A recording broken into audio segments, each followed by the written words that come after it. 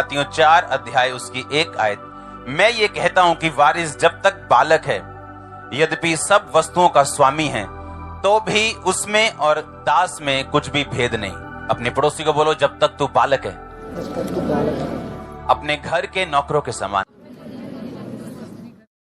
तारीफ करो जोर से।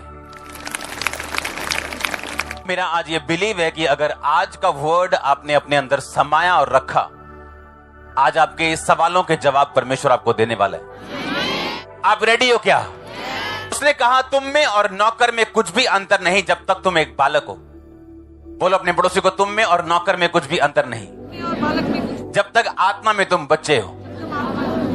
आपका बच्चा आपसे कितना भी प्यार क्यों ना करता, और आप अपने बेबी से कितना भी प्यार क्यों ना करते हो, आप अपने 5 साल के बच्चे को कार चलाने के लिए नहीं देंगे, उसे आप तिजोरी संभालने के लिए नहीं देंगे, आप उसे डॉक्यूमेंट पे साइन करने के लिए ऑथराइज नहीं करेंगे। आप वेट करेंगे वो बड़ा हो और ताकि वो बड़ों की तरह कार्य कर सके। आपका बच्चा जब छोटा 1 साल का तोतला बोले तो वो क्यूट लगता है, जब आप 5 साल का बोले तो थोड़ा सा क्यूट लगता है, लेकिन जब 18 साल का बच्चा तोतला बोले वो क्यूट नहीं लगता, वो भद्दा लगता है। जिस तरह आप चाहते हैं कि आप ग्रो करें, आपके बच्चे ग्रो करें और मैच्योर हो उम्र के मुताबिक, उसी तरह परमेश्वर भी यही चाहता है कि आप स्पिरिचुअली उम्र के मुताबिक बिहेव करें। लेकिन आज क्रिश्चियन लोगों का कुछ का हाल यह है कि आत्मा में उम्र तो उनकी 40 साल है, लेकिन अभी भी डायपर लगा हुआ है।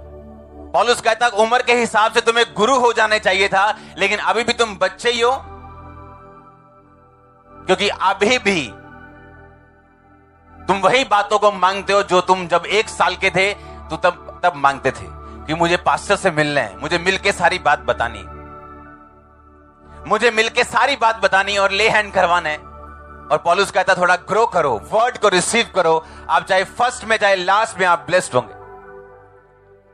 इसलिए परमेश्वर ने वर्ड आपको दिया, वचन आपको दिया, आप ग्रो कर सकें, बढ़ सकें, और यही परमेश्वर चाहता है। हालेलुया। आप तैयार है क्या? उसने कहा नहीं तो तुम में और नौकर में कुछ भी अंतर नहीं। जिस तरह एक घर में नौकर भी खाता पीता और रहता है और एक बच्चा भी खाता पीता और रहता है, अगर वो मालिक जा रहा है गाड़ी में तो उसका नौकर भी साथ जाता है उस बच्चे को संभालने के लिए, कोई खास फर्क नहीं। लेकिन जब वो बड़ा होगा तब वो फर्क होगा उसमें और नौकर में। आप सारी उम्र आत्मा में एक नौकर की तरह बिता देंगे और आप में और दूसरे लोगों में कोई फर्क नहीं होगा अगर आप ग्रो नहीं करेंगे स्पिरिट में, अगर आप आत्मा में बढ़ेंगे नहीं। बदलाव आपके हाथ में है, परमेश्वर के हाथ में नहीं। बोलो बदलाव मेरे हाथ में है, परमेश्वर के हाथ में नहीं। हाँ या ना?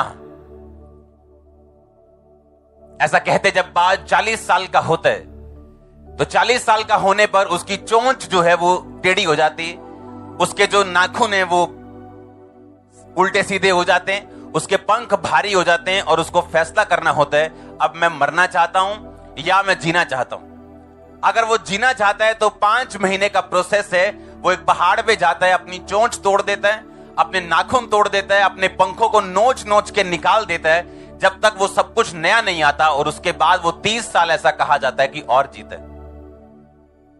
हालेलुया। और अगर आप बाइबल में ध्यान से पढ़ें तो परमेश्वर ने कहा मैं तेरी जवानी को उकाब के नहीं नया कर दूंगा, तो उकाबों के समान उड़ेगा।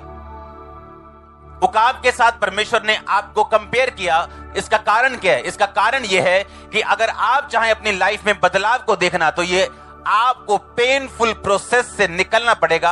अगर आप नहीं चाहते तो ये आपकी मर्जी है। आप अपनी लाइफ को रिन्यू नहीं करना चाहते, अपने फाइनेंस को नया नहीं करना चाहते तो ये आपकी मर्जी है। लेकिन अगर आप बदलाव चाहते हो, आपका बेटा नशा छोड़े, अगर आप बदलाव चाहते हो मेरी फैमिली सीधी हो, अगर आप बदलाव चाहते मेरी सेहत कुछ अच्छे रिजल्ट मुझको दे, तो ये बदलाव परमेश्वर कहता आपके हाथ में। उस बाज को, उस ईगल को पेनफुल कुछ दर्द वाले चीजों से 5 महीने गुजरना पड़ता है।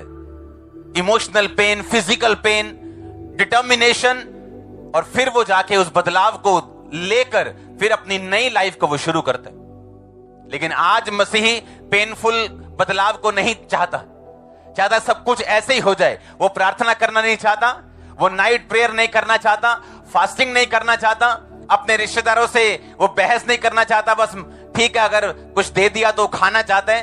मना नहीं करना चाहता, यीशु मसीह के नाम के लिए सताव नहीं सहना चाहता, तो ये बदलाव फिर आप लोगों के लिए नहीं। अगर परमेश्वर ने उकाबों के समान हमें कंपेयर किया, उकाबों के साथ हमें कंपेयर किया कि तेरी जवानी को मैं उकाब के समान कर दूंगा, तो उकाबों के समान उड़ेगा, तो इसका मतलब परमेश्वर हमें कुछ कहना चाहता है। एक लाडले बच्चे को एक देश का प्रधानमंत्री नहीं बनाया जा सकता, और ये पेनफुल प्रोसेस फिर परमेश्वर यूसुफ का शुरू करता है, उसे गड्ढे में डालता है, उसे रिजेक्ट करवाता है अपने भाइयों से, पोतीफर के घर में जाता है, निराशाओं पे निराशाएं उसको मिलती हैं, और फिर जब वो 30 साल का होके बाहर आता है, वो एक लाडला बच्चा नहीं, एक मैच्योर स्पिरिचुअल क्रिश्चियन था, वो जिसे गद्दी दी जा सकती है। मेरा विश्वास ये, और आज मेरी प्रेयर ये और प्रोफेटिक डिक्लेरेशन ये कि इस वर्ड को सुनने के बाद परमेश्वर आपको ताकत दे, वो आपको सामर्थ्य दे, ग्रेस दे कि आप उस अगले लेवल को हासिल करने के लिए जो भी डिटर्मिनेशन चाहिए उसे हासिल कर सके, फैसला कर सके। आमीन। ओछा तो ये आशीष आपकी चर्च। वो पेनफुल प्रोसेस, लेकिन आपका दर्द और दूसरों का दर्द सेम नहीं। आपको बनाने के लिए, ऊंचाई पे लेके जाने के लिए, नया लेवल चखाने के लिए, नई ग्रेस को देने के लिए आपको मिलने वाली है नई ग्रेस। आप तैयार है क्या? एक क्रिश्चियन अपनी दो बातों से आगे बढ़ते हैं, प्रार्थना और क्या? गिविंग। हाँ या ना? उकाब फैसला करता है कि अब मैं बैठूंगा और अपनी चोंच तोड़ूंगा, अपने नाखून तोड़ूंगा, अपने पंखों को नोच के पुरानों को निकालूंगा। आप ग्रो करेंगे या नहीं, ये आप पे निर्भर है। आप कितना बढ़ेंगे आप पे डिपेंड करता है, कितना बढ़ना चाहते हैं आप पे डिपेंड करता है। बाइबल कहती है धोखा ना खाओ, परमेश्वर ठट्ठों में नहीं उड़ाया जाता, इंसान जो कुछ बोता है वही काटता है। बाइबल कहती पौलुस और सब लोग प्रार्थना कर रहे थे, और प्रार्थना में उनको परमेश्वर का आत्मा कहता है कि पौलुस को अलग कर दो, और भी भाई थे उसके साथ, इनको अलग कर दो। बरनबास को अलग, प्रार्थना में बैठे थे और होली स्पिरिट ने कहा इनको अलग करो। पूरी कलीसिया लॉ लगा के लिखा कॉन्टिन्यूज, और परमेश्वर ने दूतों को भेज के पतरस को आजाद किया। कुरनेलियस लिखा प्रार्थना कर रहा था तो परमेश्वर ने दर्शन दिया कि जा और पतरस को बुला और पूरे घराने समेत उससे वचन सुन। पतरस प्रार्थना कर रहा था और परमेश्वर ने दिखाया कि अन्य जातियों में भी जा और मेरा प्रचार कर, और लिखा कुरनेलियस दान देने वाला और प्रार्थना करने वाला था। आप ग्रो कर सकते हैं आत्मा में अगर आप प्रार्थना करने वाले हो तो। हफ्ते में एक दिन रखो नाइट प्रेयर का, फुल नाइट क्या करनी, 2 हफ्ते में एक दिन रखो, हफ्ते में एक दिन रखो, अपनी कैपेसिटी के हिसाब से शुरू कर। लाइफ चेंज होने वाली। आपको याद रखना है जब तक आप मूल्य अदा नहीं करेंगे आप उन चीजों को नहीं ले पाएंगे। आप पूरे प्रेरितों के काम पढ़ लो, प्रार्थना और गिविंग बोने पर पूरा प्रेरितों का काम है। दोरकास विधवा जो लिखा मर गई थी और सब विधवाएं उस पतरस को दिखा दिए कि उसने मेरे लिए ये कपड़े बनाए, और वो रो रही थी, और पतरस ने अपने मन में फैसला किया कि ये गिवर मरना नहीं चाहिए, और बाइबल कहती वो जी उठी, तबीता नाम की औरत जी उठी। हाँ या ना? कारण क्या था? प्रेयर और गिविंग। कुरनेलियस को परमेश्वर ने याद किया, कारण क्या था? प्रेयर और गिविंग। पूरी बाइबल आप देख लो, कई ऐसे प्रेरित हैं बाइबल में जिनकी सेवकाई की शुरुआत गिविंग से हुई थी। अपनी प्रॉपर्टी बेच के उन्होंने प्रेरितों के पांव पे रखी, लिखा उनकी सेवकाई की शुरुआत वहां से हुई थी। कंजूस कभी परमेश्वर के राज्य में प्रवेश नहीं कर सकते। प्रार्थना करने का मतलब है अपना टाइम परमेश्वर को देना, शरीर से ध्यान हटाना, परमेश्वर की ओर देखना, वेट करना, इंतजार करना परमेश्वर का, उसके टाइम के हिसाब से सब चीजें मेरी जिंदगी में पूरी हो। और गिविंग का मतलब आपको फेथ है कि मेरे पास जो भी पोजेशंस हैं, मेरे पास जो भी चीजें हैं, वो सारी परमेश्वर के लिए हैं और उसके साथ जुड़ी हुई। आप गिविंग से प्रूफ करते हैं कि आपका ध्यान परमेश्वर की ओर है और आप संसारिक व्यक्ति नहीं, क्योंकि संसार पर मन लगाने वाला बंदा कभी भी बो नहीं सकता, उसका दिल पैसों के साथ लगा हुआ है। लेकिन जो व्यक्ति परमेश्वर के साथ जुड़ा हुआ है उसे मालूम है आज मेरे पास जो कुछ भी है वो परमेश्वर के कामों के लिए। वो आपको बुद्धि देता है, आपको सामर्थ्य देता है, अब अपने जीवन को अच्छी तरह व्यतीत कर सके। लेकिन आपको मालूम होता है जो कुछ मेरे पास है अगर वो परमेश्वर की महिमा के लिए तो परमेश्वर मुझे और देगा। प्रेरितों के काम के अंदर एक बात लिखी है कि सब लोग अपनी अपनी चीजों को बेचकर चर्च में लाया करते थे। अगर सब चीजें बिकती जा रही थी तो वो कलीसिया तो गरीब हो जानी चाहिए थी, पर बाइबल कहती है उनमें से कोई भी दरिद्र नहीं था, कोई भी गरीब नहीं था, क्योंकि जब वो बोते थे तो परमेश्वर नए रास्तों को खोलता था उनके लिए। वो गरीब नहीं हो रही थी, वो एक्चुअली अमीर हो रही थी। क्योंकि ग्रोथ, बढ़ना, ये आपके ऊपर निर्भर करता है, परमेश्वर के ऊपर नहीं। परमेश्वर कहता है सारी उम्र तू एक नौकर की तरह रह सकता है, अगर तू ग्रो होने का फैसला नहीं करता तो, अगर तू बढ़ने का फैसला नहीं करता तो। कुछ ऐसी ब्लेसिंग्स हैं आपकी लाइफ के अंदर, जब तक आप आत्मा में इंक्रीज नहीं होंगे, बढ़ेंगे नहीं, वो कभी आपकी लाइफ में एंटर नहीं करेंगे। आप कॉपी कर लो सेवकाई की, आप पुलपिट की कॉपी कर लो, प्रीचिंग की कॉपी कर लो, लेकिन वो ग्रेस की कॉपी आप नहीं कर सकते जब तक आप कुछ चीजों को छोड़ेंगे नहीं और कुछ को अपनाएंगे नहीं। अपने हाथों को उठा के बोलो हालेलुया। आप तैयार हो ग्रहण करने के लिए? तैयार हो अपनी लाइफ में बदलाव देखने के लिए? आपको फैसले करने पड़ेंगे। प्रार्थना करने का फैसला, गिविंग का फैसला, पापों को छोड़ने का फैसला, स्ट्रिक्ट डिसीजन अपनी लाइफ में लेने का फैसला। आपको स्ट्रॉन्ग क्रिश्चियन बनना पड़ेगा, क्योंकि कुछ ब्लेसिंग्स ऐसी हैं वो आपकी लाइफ में एंटर नहीं कर सकती जब तक आप आत्मा में नहीं बढ़ेंगे। आप किस बिजनेस में जाएं, किस फील्ड में जाएं, कौन सा बिजनेस चूज करें, कौन सा एरिया चूज करें, आप कभी नहीं कर सकते अगर आप आत्मा में नहीं बढ़ेंगे तो। आप जैसे जैसे स्पिरिट में बढ़ेंगे, प्रेयर के द्वारा, फास्टिंग के द्वारा, गिविंग के द्वारा, बोने के द्वारा, पाप को छोड़ने के द्वारा, उसी तरह से परमेश्वर आपकी लाइफ के सामने से पर्दों को हटाता जाएगा और नया चैप्टर शुरू करता जाएगा। और आप हैरान होंगे कि ऐसी ऐसी चीजें आपके लिए रखी जो आपने सोची भी नहीं थी। मैं आपको सच कहता हूं, तौबा के साथ प्रेयर और गिविंग अगर आपने ये शुरू कर दी, आपकी लाइफ के जो गिफ्ट आपको मिलने वाले हैं वो बेस्ट होंगे आपकी कैटेगरी में। आपके रिश्तेदार हैरान होने, मैं आपको प्रोफेटिक वर्ड दे रहा हूं, आपके रिलेटिव्स हैरान होने वाले हैं। जो चीजें, जो खुदा का हाथ आपकी लाइफ पर आने वाला है वो कमाल का होगा। आमीन। ऊंचाई आशीष आपकी चर्च। आप तैयार हैं? हाँ। देखो प्रेरितों के काम में कलीसिया की जिंदगी क्या थी। इधर प्रार्थना, शाम को प्रार्थना, दोपहर को प्रार्थना। पतरस और लिखा याकूब प्रार्थना करने के लिए जा रहे थे, लंगड़ा चलाने के लिए नहीं जा रहे थे। प्रेयर करने के लिए लिखा चर्च में जा रहे थे और रास्ते में उन्हें लंगड़ा मिलता। प्रेयर करने के लिए जा रहे थे, स्पेशल घर से निकले प्रार्थना करने के लिए।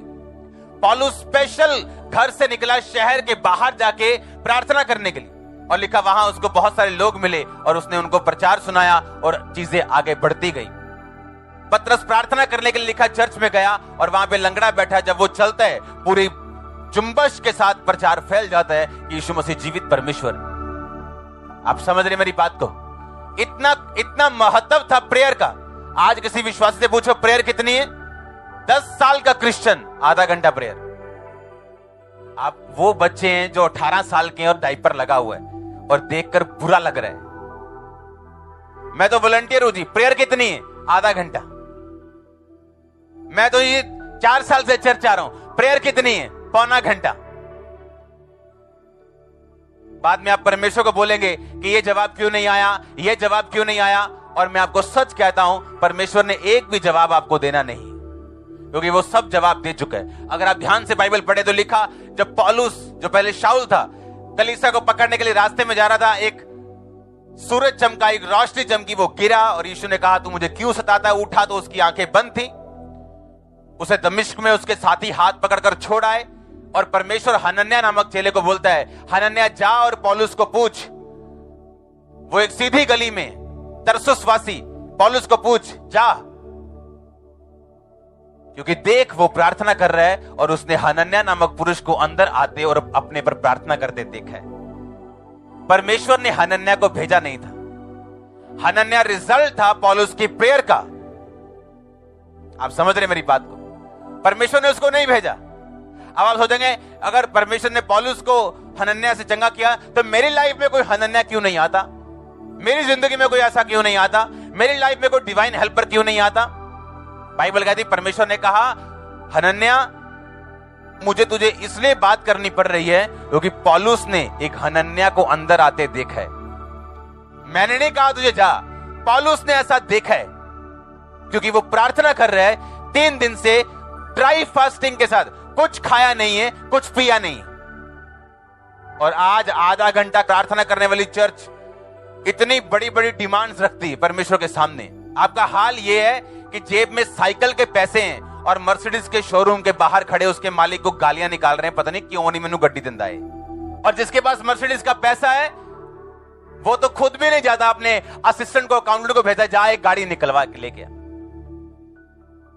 कोई संघर्ष नहीं करता हूं, बैंक भी उसके सामने ऐसे खड़े, भाई साहब गाड़ी ले दे क्या? प्रार्थना कितनी है? 15 मिनट। प्रेयर कितनी है? 1 घंटा। और दिन में ब्लू फिल्में कितनी देखी हैं? 10। गंदी लड़कियों की निगाह कितनी मारी है? 15 लड़कियों को।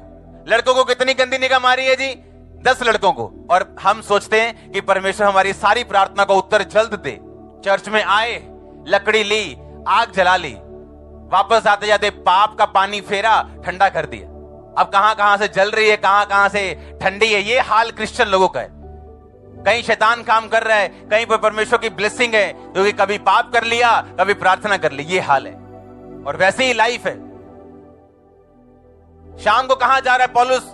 प्रेयर करने के लिए। रात को कहां जा रहे हैं? प्रेयर करने के। स्पेशल प्रार्थना करने का एक टाइम और एक प्लेस और एक महत्व था प्रेयर का उनकी लाइफ के अंदर। हालेलुया। आप प्रेयर नहीं करेंगे, आपने खुद ब्लॉक किया हुआ अपनी ब्लेसिंग्स को, आपने खुद रोका हुआ उन्हें। परमेश्वर ने रोका नहीं है, आपने रोका हुआ। आपको लाइफ स्टाइल बनाना पड़ेगा प्रेयर का। इसे फेस्टिवल नहीं बनाना कि क्रिसमस करनी। लाइफ स्टाइल, प्रार्थना का लाइफ स्टाइल बनाना पड़ेगा अगर कुछ लेना चाहते हो खुदावंत से। अपने हाथों को उठा, बोलो प्रार्थना का आत्मा मुझ पे आए, गिविंग का आत्मा मुझ पे आए। उठाओ अपने हाथों को, थैंक यू जीसस बोलते हैं। ऊंची आवाज से बोलो, प्रेयर की स्पिरिट मेरे अंदर एंटर करे, गिविंग की स्पिरिट एंटर करे। मैं फैसला करूं मुझे बढ़ना है, उकाब के नहीं नया होना है। मांगो अपने हाथों को उठा के।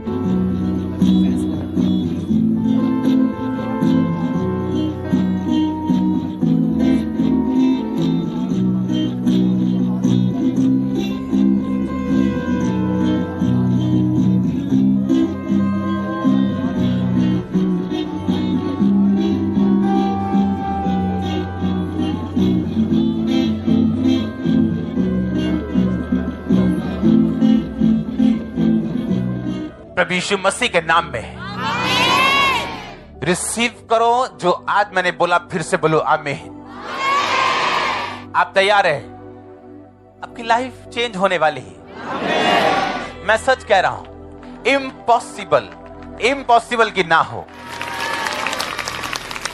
सुनो, मैं नहीं कहता कि आप पहला हफ्ता प्रार्थना करेंगे और आपका दिल करेगा, आपका मन करेगा। नो, आपका मन नहीं करेगा, पर आपको बैठना पड़ेगा। पौलुस ने कहा जो भविष्यवाणी तेरे विषय में की गई उनके अनुसार अच्छी लड़ाई को लड़।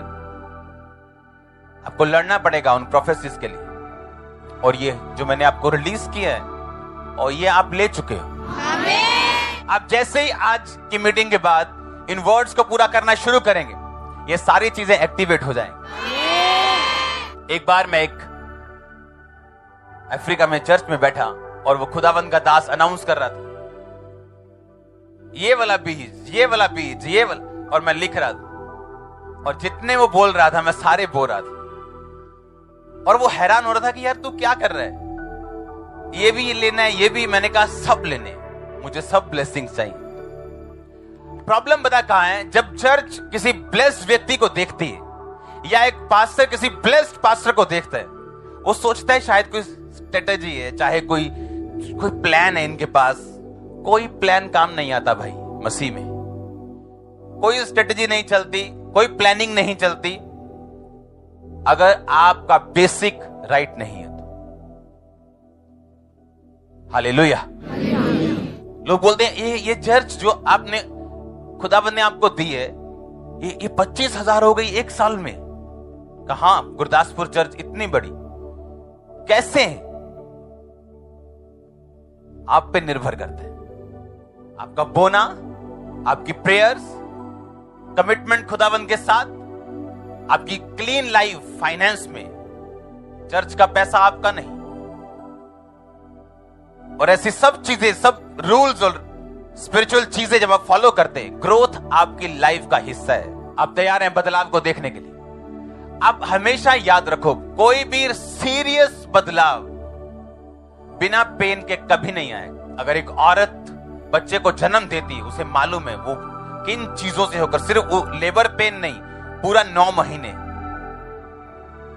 एक बदलाव को वो देख रही है। एक बॉडी बिल्डर जब बॉडी बनाता है तो उसे मालूम है किन पेन से गुजरना पड़ता है। अगर आप वेट कम कर रहे हैं तो आपको मालूम है किस पेन से निकलना पड़ रहा है। हाँ या ना? बिना सैक्रिफाइस आप बदलाव नहीं देख सकते। मैंने लोग देखे 6 घंटे प्रार्थना करने वाले फिर भी गरीब है, क्योंकि उन्हें यह लगता है प्रार्थना करने से पैसा आएगा। पैसा आएगा बोने से, सामर्थ्य आएगी प्रार्थना से। और आप मोस्टली देख लो, जब प्रेयर वॉरियर्स, जितने प्रार्थना वॉरियर्स होते हैं, मोस्टली आपको गरीब मिलेंगे। क्यों? क्योंकि उन्हें ये भूल जाता है कि प्रार्थना करने से फाइनेंस नहीं बढ़ेगा। हर एक चीज के लिए परमेश्वर ने अलग से रास्ता बनाया। हालेलुया। आप जानते हैं अमेरिका में लोग, अमीर कंपनीज क्यों ओपन होती गई और बढ़ती गई? क्योंकि अमेरिकी जो कंपनीज हैं वो इवेंजलिज्म को सपोर्ट करती है, मोस्टली इवेंजलिज्म के कामों को। जितने पास्टर्स दुनिया के इवेंजलिस्ट हैं, 90-92% उनमें अमेरिकन है। और सारे अमेरिकन पास्टर्स और इवेंजलिस्ट, बिजनेस ऑर्गेनाइजेशंस उन्हें सपोर्ट करती, तो वो फेल कैसे हो जाएगा? हालेलुया। अपनी लाइफ का अगर आप सिस्टम बना लें, प्रेयर लाइफ, गिविंग और प्रेयर, कभी कभी फास्टिंग से आप एक स्ट्रॉन्ग पिलर होंगे। शैतान आपको हिला नहीं पाएगा। और मैंने एक बात देखी, प्रार्थना से रिजल्ट आपको आते हैं, कई बार रिजल्ट आपको दिखता नहीं। मैंने देखा ऐसे लोगों को, आज गिविंग की 8 साल कोई रिजल्ट नहीं, पर 9वें साल जो आया, टोटल लाइफ नहीं, जनरेशन चेंज हो गई। चाहे 9 साल बाद, चाहे 10 साल बाद। मैंने देखा है ना प्रेयर ना गिविंग, इसका रिजल्ट आता है। किसी का जल्दी, किसी का बाद, लेकिन आता जरूर है। हालेलुया। मुझे याद है नाइजीरिया में thousands ऑफ चीजों को जब मैंने अपनी लाइफ में ऐसा देखा है कई बार, कि नाइजीरिया में से वापस आते वक्त मेरी जेब में $100 भी नहीं रहता था। और मैं प्रभु से बोलता था, परमेश्वर तू सारा कुछ मुझे बोने के लिए कह रहा है, रास्ते में कोई जरूरत पड़ गई तो मैं तुझे पूछूंगा। और वापस आते वक्त मेरी जेबें खाली होती थी। और मेरे पास तब शायद क्रेडिट कार्ड भी नहीं था, डेबिट कार्ड होता था, और वो भी कई जगह चलता नहीं इंटरनेशनल तब। और जब मैं वापस आता था, मैं लोगों को बोलता था, जितनी चर्च तुम देख रहे हो, हम 3 गुना होने वाले हैं, 3 हफ्ते में 3 गुना। और लोग बोलते थे, क्या आप मेरी ग्रोथ को नहीं रोक पाएंगे? क्योंकि आप मेरी गिविंग को कंट्रोल नहीं कर सकते, वो मेरे हाथ में है। आप मेरी ग्रोथ को रोक नहीं पाएंगे क्योंकि आप मेरी प्रेयर को कंट्रोल नहीं कर सकते, ये मेरे हाथ में है। कितने मेरी बात को समझ रहे हैं? आप ब्लेस्ड हैं। फॉलो करेंगे इन वर्ड्स को? कॉन्ग्रेचुलेशन। बार बार पिछले संडे, इस संडे के और इस थर्सडे के वचन को सुनना, बार बार, हर महीने 2 बार जरूर सुनना, जब तक ये आपकी लाइफ स्टाइल नहीं बन जाता। इसे सुनना मत छोड़ना। और आप देखोगे, हर बार आप सुनोगे, आप डिसीजन लोगे। जैसे आप आत्मा में कमजोर होंगे, आप वर्ड सुनोगे, आप डिसीजन लोगे, और धीरे धीरे धीरे आप स्ट्रांग हो जाओगे। आमीन। ऊंचा ये आशीष आपकी। और मान लो अगर आपको प्रार्थना में रुकावट हो रही, 2-3 बहनें मोहल्ले में मिल जाओ, बैठ के प्रार्थना करो। हाँ, खुद प्रार्थना करनी नहीं आती है, 4 बहनें मिल जाओ, प्रेयर करो बैठ के।